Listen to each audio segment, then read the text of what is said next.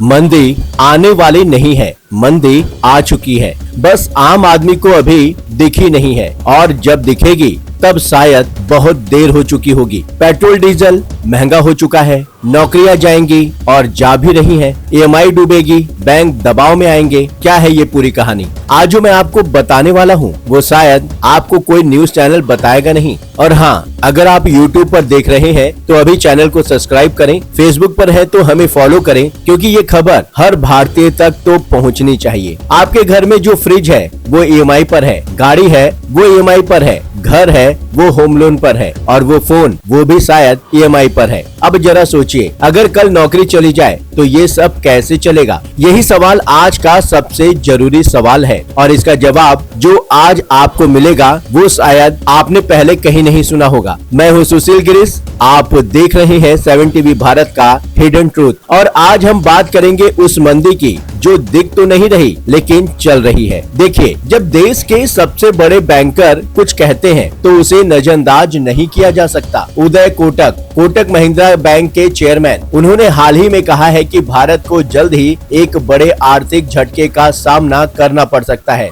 यह कोई राजनेता नहीं कह रहा, यह कोई विपक्ष भी नहीं कह रहा, यह वो आदमी कह रहा है जो देश की बैंकिंग व्यवस्था की नब्ज पकड़े बैठा है। तो इस झटके की जड़ कहाँ है? जवाब है एनर्जी क्राइसिस। क्रूड ऑयल यानी कच्चा तेल जो मध्य पूर्व के देशों से आता है, उस इलाके की सप्लाई अभी बाधित है। भारत को जहां से तेल मिलता था वो रास्ता बंद है और इसलिए पेट्रोल डीजल के दाम बढ़े हैं। लेकिन रुकिए, एक बड़ा सवाल है, ये दाम 2 महीने पहले ही बढ़ने चाहिए थे। उस वक्त खबरें थी हर चैनल पर, हर अखबार में कि भारत के पास सिर्फ 2 महीने का पेट्रोल डीजल का स्टॉक बचा है, सप्लाई बाधित है। फिर दाम क्यों नहीं बढ़े उस वक्त? क्योंकि चुनाव थे। सरकार जानती थी अगर उस वक्त दाम बढ़ाए गए तो वोट जाएंगे, तो चुनाव तक दाम रोके गए। चुनाव हो गए और अब एक के बाद एक झटके आ रही हैं। सोने पर इंपोर्ट ड्यूटी बढ़ गई है, पेट्रोल डीजल महंगा हुआ है और आने वाले दिनों में और भी ऐसे फैसले देखने को मिल सकते हैं। अब मैं आपको एक चैन समझाता हूँ, एक डोमिनो की तरह। जब पेट्रोल डीजल महंगा होता है तो सबसे पहले कौन मरता है? ट्रक वाला, क्योंकि उसके ट्रक पर डीजल जलता है और जब उसका डीजल खर्च बढ़ा तो उसने माल ढोने का किराया बढ़ा दिया। अब वो किराया कौन भरेगा? कंपनी भरेगी। चाहे वो मैगी बनाती हो, बिस्किट बनाती हो, आटा बनाती हो, कपड़े बनाती हो, हर कंपनी का ट्रांसपोर्ट खर्च बढ़ गया। और रॉ मटेरियल यानी कच्चा माल वो भी कहीं न कहीं से आता है। नमक आता है, तेल आता है, पैकेजिंग का सामान आता है, सब इंपोर्ट होता है और इंपोर्ट होता है ट्रकों पर। तो कंपनियों की लागत बढ़ गई। अब कंपनी क्या करेगी? 2 रास्ते हैं। पहला, प्रोडक्ट महंगा करो। आपने देखा होगा बिस्किट का पैकेट वही 10 रुपए का है लेकिन अंदर बिस्किट कम हो गए, मैगी महंगी हो गई। रोजमर्रा की चीजें जो आप खरीदते हैं उनकी कीमत बढ़ रही है या मात्र घट रही है। दूसरा रास्ता, कर्मचारी घटाओ। कंपनी जब दबाव में आती है तो पहले छटनी करती है और यही वो बिंदु है जहां से असली तबाही शुरू होती है। आइए अब उस आम आदमी की भी बात करें जो आपके घर में बैठा है, मध्यम वर्गीय परिवार, 5 साल से नौकरी कर रहा है, 50,000 रुपए महीना आता है, होम लोन है, कार लोन है, पर्सनल लोन है, फोन ईएमआई पर है, फ्रिज ईएमआई पर है,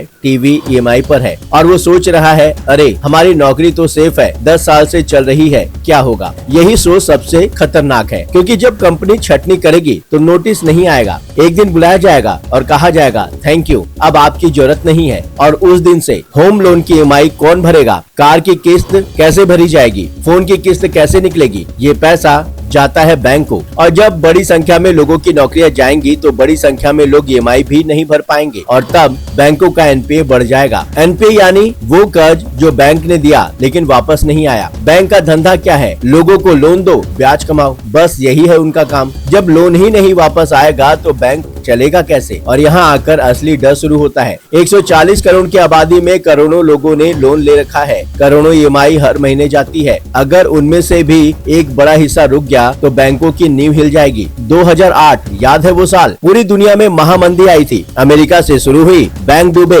कंपनियां बंद हुई, लाखों नौकरियां गई। और उस मंदी की शुरुआत कैसे हुई थी? बिल्कुल इसी तरह। लोगों ने जरूरत से ज्यादा लोन लिया, बैंकों ने जरूरत से ज्यादा बांटा। जब लोन वापस नहीं आए बैंक डूब गए और जब बैंक डूबे तब आम आदमी को समझ आया कि मंदी आ गई, क्योंकि मंदी का असर आम आदमी को तभी दिखता है जब बैंक में खलबली मचती है। पहले बड़े व्यापारियों को दिखती है, बड़े उद्योगपतियों को दिखती है, लेकिन आम आदमी तब तक अनजान रहता है जब तक बैंक की नींव नहीं हिलती। और भारत में अगर एक भी बैंक डूबा तो सोचिए क्या होगा। एफडी तुड़वाने वाले लोग पहुंचेंगे बैंक, सेविंग अकाउंट से पैसा निकलवाने वाले पहुंचेंगे, और बैंक के पास पैसा होगा नहीं क्योंकि वो पैसा लोन में बांट दिया था। रियल एस्टेट डूबेगा, क्यों? क्योंकि जिन्होंने प्रॉपर्टी गिरवी रखकर लोन लिया, बैंक उनकी प्रॉपर्टी नीलाम करेगा, सस्ते में नीलाम करेगा। जब सस्ती प्रॉपर्टी बाजार में जाएगी, बिल्डर की नई प्रॉपर्टी कौन खरीदेगा? और जो खरीदना भी चाहे उसे लोन कौन देगा जब बैंक ही दबाव में हो? यह एक चक्र है, एक दुष्चक्र, और यह चक्र धीरे धीरे चुपचाप शुरू हो चुका है। अब एक बात और साफ संकेत देती है, यह मोदी जी की गलती नहीं है, कम से कम इस हिस्से में तो नहीं। यह संकट उस चाचा की देन है जो अमेरिका में बैठा है, जिसकी आर्थिक नीतियों ने पूरी दुनिया को प्रभावित किया है। लेकिन दबाव मोदी जी पर जरूर है। देश को इस मंदी से निकालना उनकी जिम्मेदारी है। यह चुनौती उन पर है और पूरा देश देख रहा है कि वो इससे कैसे लड़ते हैं। लेकिन सरकार की नीतियों का इंतजार करते करते अगर आम आदमी खुद सतर्क नहीं हुआ तो वो नुकसान उसी का होगा। तो मैं यह सब आपको डराने के लिए नहीं बता रहा, मैं आपको पहले से अवगत करा रहा हूँ, चेता रहा हूँ, क्योंकि अगर अभी सतर्क हो गए तो शायद नुकसान कम हो सके। तो क्या करें? अभी जो ऊट पटांग खर्चे हैं, घूमने फिरने के बड़े प्लान, महंगी शॉपिंग, बड़े ऐशो आराम, उन्हें थोड़ा रोकिए। अभी जो शौक पूरे करने थे उन्हें थोड़ा इंतजार करवाइए। एक इमरजेंसी फंड बनाइए, कम से कम 3 से 6 महीने के खर्च का। अगर लोन है तो उसे जल्दी से जल्दी कम करने की कोशिश करिए। और सबसे जरूरी, अपनी नौकरी को सेफ मत समझिए, स्किल बढ़ाइए, खुद को अपग्रेड करिए, क्योंकि जो काम के होंगे उन्हें निकाला नहीं जाएगा। यह मुश्किल वक्त है, लेकिन मुश्किल वक्त आते हैं और जाते भी हैं, बशर्ते आप तैयार रहें। मंदी आने वाली नहीं है, मंदी आ चुकी है। पेट्रोल महंगा हो गया है, कंपनियां दबाव में हैं, बैंक अगला पड़ाव है, और जब बैंक हिलेंगे तब तक बहुत देर हो चुकी होगी। इसलिए आज अभी सतर्क हो जाइए, क्योंकि जो आंधी आ रही है उसमें वही टिकेगा जो पहले से तैयार होगा। यह था 7 टीवी भारत का हिडन ट्रूथ। मैं हूँ सुशील गिरीश, आपसे फिर मिलूंगा एक और सच्चाई के साथ। अगर यह खबर आपको जरूरी लगी तो इसे शेयर करिए। हर भारतीय को यह जानना चाहिए। YouTube पर है तो चैनल को सब्सक्राइब करिए, बेल आइकन दबाइए। Facebook पर है तो हमें फॉलो करिए, क्योंकि सच सिर्फ वही बताते हैं जो डरते नहीं।